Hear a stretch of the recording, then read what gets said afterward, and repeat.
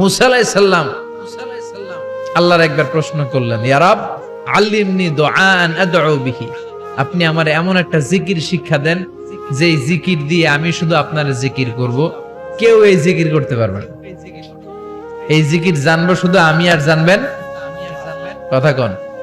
প্রশ্ন করছে কে? হ্যাঁ, কাকে করেছে?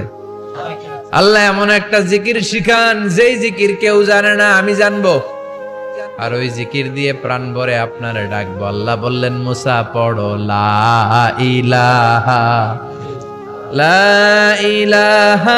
ইল্লাল্লাহু মুহাম্মাদুর রাসূলুল্লাহ। মুসা আলাইহিস সালাম বললেন, আল্লাহ চাইলাম কি, কইলেন কি? লা ইলাহা তো জাতীয় জিকির, এটা তো আন্তর্জাতিক জিকির, এটা জানে না এমন কেউ নাই, এমনকি হিন্দু ভাইরাও জানে। কথা কন? আল্লাহ আমি তো চাইছিলাম এক্সক্লুসিভ, আমার জন্য স্পেশাল, এর চেয়ে সুন্দর আর কেউ জানবে না, এত সুন্দর একটা জিকির আপনি দিবেন, এটা আমি ডাকবো আপনারে আর আপনি শুনবেন। আল্লাহ বললেন, মুসা এর চেয়ে দামি আমার কাছে নেই।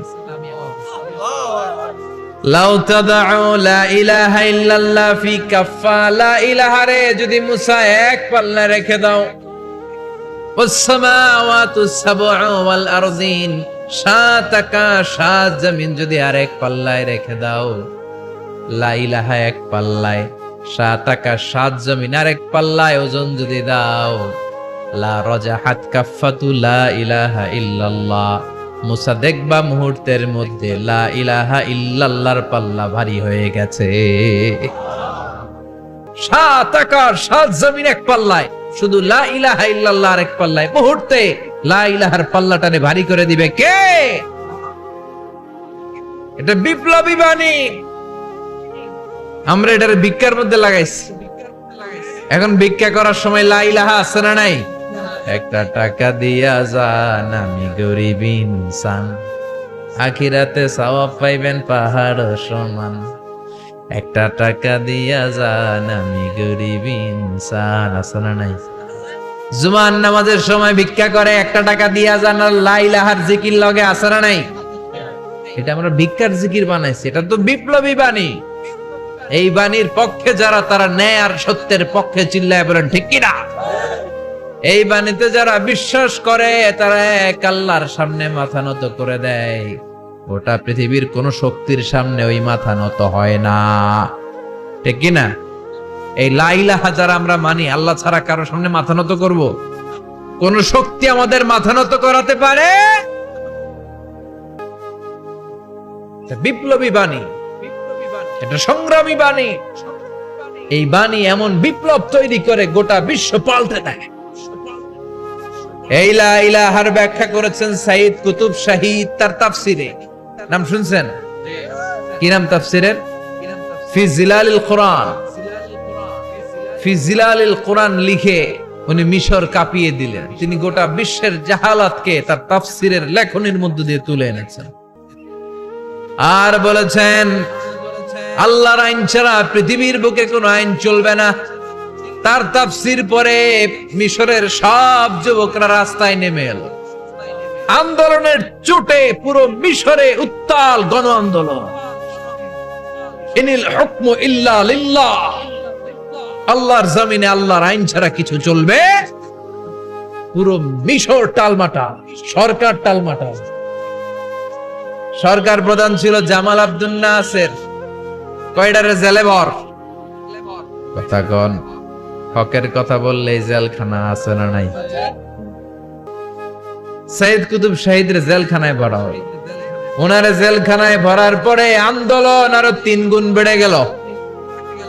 কায়রোর রাস্তায়, মিশরের রাস্তায় রাস্তায় ইসলাম প্রেমিক, কোরআন প্রেমিক যুবকদের আন্দোলন। পুরো আন্দোলনে মিশর কেঁপে উঠল। মিশর ব্যাপী আন্দোলনের গণজোয়ার। সরকারের অবস্থা খারাপ। সরকার এবার ঘোষণা দিল, সাইয়্যিদ কুতুব শাহীদ মিশরের যুবকদেরকে আন্দোলনে ঠেলে দেওয়ার কারণে তাকে মৃত্যুদণ্ড দেয়া হলো, ফাঁসি। যুগে যুগে কোরআনের পক্ষে যারা, এদের কাছে ফাঁসির রশি আছে না নাই? কিন্তু এই ফাঁসির রশিকে তারা থোড়াই কেয়ার করে, চিল্লায় বলেন ঠিক কিনা? ফাঁসি, সাইয়েদ কুতুব শহীদের ফাঁসির রায় দেয়া হলো, আদালত থেকে ফাঁসির রায় বহাল রাখা হলো। যেদিন ফাঁসি দেয়া হবে তার 1 ঘন্টা আগের ঘটনা। কারা কর্তৃপক্ষের নিয়ম অনুযায়ী, জেল কোডের নিয়ম অনুযায়ী জেলখানার যিনি ইমাম আছে না, উনি 1 ঘন্টা আগে আইসা এই কালিমা পড়ায়, যারা ফাঁসি দেয়া হবে এর পড়ায় লা ইলাহা মুহাম্মাদুর। তো সাইয়েদ কুতুব শহীদকেও কালিমা পড়ানোর জন্য ইমাম সাহেব আসছে। ফাঁসির বাকি কয় ঘন্টা, এসে বলে সাইয়েদ কুতুব শহীদ আপনি পড়েন লা ইলাহা ইল্লাল্লাহ। সাইয়েদ কুতুব শহীদ বলে আমারে তুই কালিমা শিখাইস না, আমি কালেমা খুব ভালো জানি। যেই কালেমা পড়ানোর কারণে সরকার তোরে বেতন দেয়, ওই কালিমার ব্যাখ্যা করার কারণে সরকার আজকে আমারে ফাঁসি দেয়। তুই কালিমা পড়াস, তোরে টাকার বান্ডিল দেয়, আমি কালিমার ব্যাখ্যা করার কারণে ফাঁসির মঞ্চে দাঁড়াই, চিল্লায় বলেন ঠিক কিনা? তার মানে তোর কালিমা আমার কালিমা এক কালিমা না, এই 2 কালিমার মধ্যে পার্থক্য আছে না নাই? তোর ইমানি চেতনা আমার ইমানি চেতনা এক ইমানি চেতনা নয়। তোরে টাকা দেয়, আমারে ফাঁসি দেয়, তার মানে 2 চেতনা আলাদা, চিল্লায় বলো ঠিক কিনা? এজন্য আল্লাহ ডেকে বললেন গোলাম, এটা বিপ্লবী বাণী। এই কালেমার আন্দোলন যারা করে তারা আল্লাহ ছাড়া পৃথিবীর কাউরে ভয় পায় না, আর তারা চায় কালেমার পতাকা পৃথিবীর মধ্যে যেন পথ পথ করে উড়ে, ঠিক কিনা? বাংলার জমিনে কালেমার পতাকা উড়ুক, আমরা চাই কি চাই না? কোন একদিন এ দেশের আকাশে কালিমার পতাকা উড়বে, সেদিন সবাই খোদাই বিধান পে দুঃখ বেদনা ভুলবে।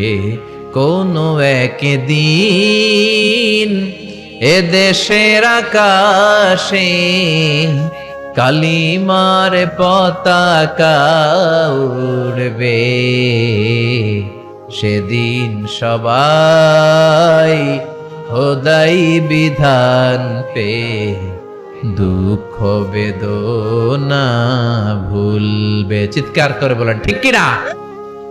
এই কালেমার সমাজ যদি হয়, ওই সমাজে কেউ লাঞ্ছিত হবে না, ওই সমাজে কোনো নারী নিগৃহীতা হবে না, ওই সমাজের কোনো কাজের মেয়েরা ধর্ষিত হবে না, ওই সমাজে দুর্নীতি থাকবে না, ঘুষ থাকবে না, চাঁদাবাজি থাকবে না, টেন্ডারবাজি থাকবে না। সমাজটারে শান্তি দিয়ে সমৃদ্ধ করে দিবে কে? এজন্য সব সময় জিকির করতে হবে একজনের, চিল্লায় বলেন তিনি কে? শ্রেষ্ঠ জিকির হচ্ছে লা ইলাহা ইল্লাল্লাহ। করতে রাজি আছেন? সব সময় জিকিরটা করতে রাজি আছেন? Every night and every day, every night and every day, never forget to say la ilaha illallah. Never forget to say la ilaha illallah. পড়েন every night and every day, every night and every day, never forget to say la ilaha illallah.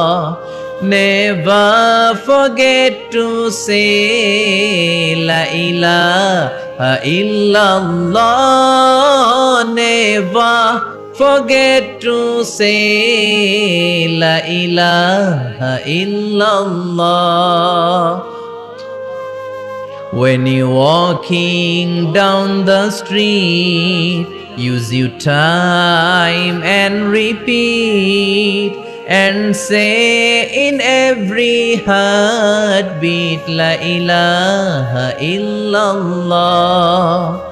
When you're walking down the street, use your time and repeat, and say in every heartbeat La ilaha illallah. Every night and every day, every night and every day, never forget to say La ilaha illallah. চিল্লায় বলেন ঠিক কিনা? দিনে রাতে যে কোনো মুহূর্তে আমাদের জিহ্বার মধ্যে থাকবে কি? কথা বলেন, জিহ্বায় থাকবে কি? এজন্য বিশ্বনবী বললেন আফদালুয যিকরি লা ইলাহা ইল্লাল্লাহ। আল্লাহর কাছে সবচাইতে প্রিয় জিকির হলো লা ইলাহা ইল্লাল্লাহ। আবার বিশ্বনবী বললেন আহাব্বুল কালামে ইলাল্লাহি আরবাআ। আল্লাহর কাছে সবচাইতে প্রিয় কথা হলো চারটা। কয়টা? সুবহানাল্লাহ, আলহামদুলিল্লাহ, লা ইলাহা ইল্লাল্লাহ। সুবহানাল্লাহ,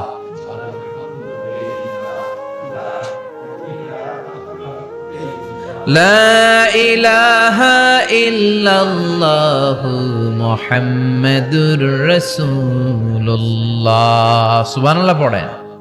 চারটা কথা আল্লাহর কাছে সবচেয়ে প্রিয়। একটা হচ্ছে সুবহানাল্লাহ, আর একটা হচ্ছে আলহামদুলিল্লাহ, আর একটা হচ্ছে লা ইলাহা ইল্লাল্লাহ, আর একটা হচ্ছে আল্লাহু আকবার।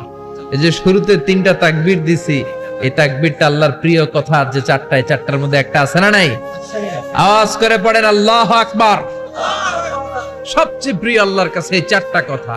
লা ইয়াদুররুকা বিআইয়িহিন্না বাদাতা। বিশ্বনবী বললেন এই চারটার যেটা দিয়ে শুরু করতে মন চায় করো, কোনো সমস্যা নেই। সুবহানাল্লাহ পড়েন। এজন্য ফরজ নামাজের পরে এই তাসবিহগুলো পড়বেন। আব্দুল্লাহ ইবনে আমর ইবনে আস তিনি বর্ণনা করেন, আমি বিশ্বনবীকে আঙ্গুলের গিরা দিয়ে এই তাসবিহগুলো পড়তে দেখেছি।